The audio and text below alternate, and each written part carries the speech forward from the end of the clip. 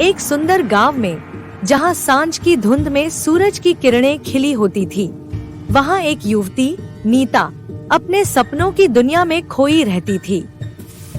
उसकी आंखों में अग्नि और उसके हृदय में आत्मविश्वास की रोशनी थी।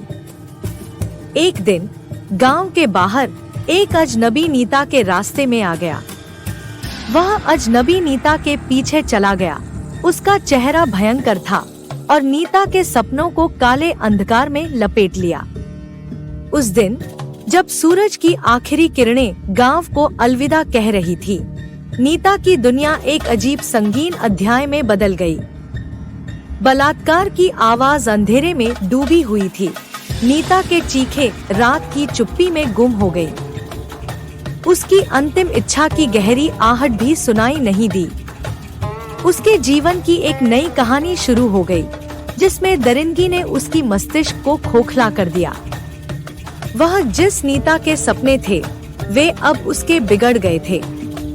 उसने अपने आप को उस अजनबी के हाथों से बचाया, लेकिन उसका मन अब भी डर और शर्म से जल रहा था।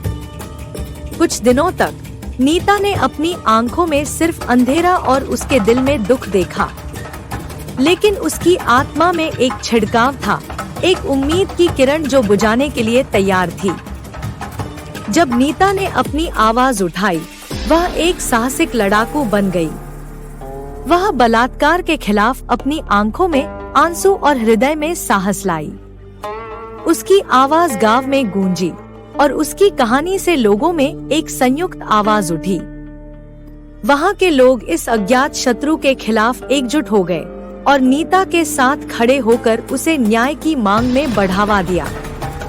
वे उसके साथ चले, उसके साथ डर को हराने और उसे एक नई शुरुआत की दिशा में मार्गदर्शन किया।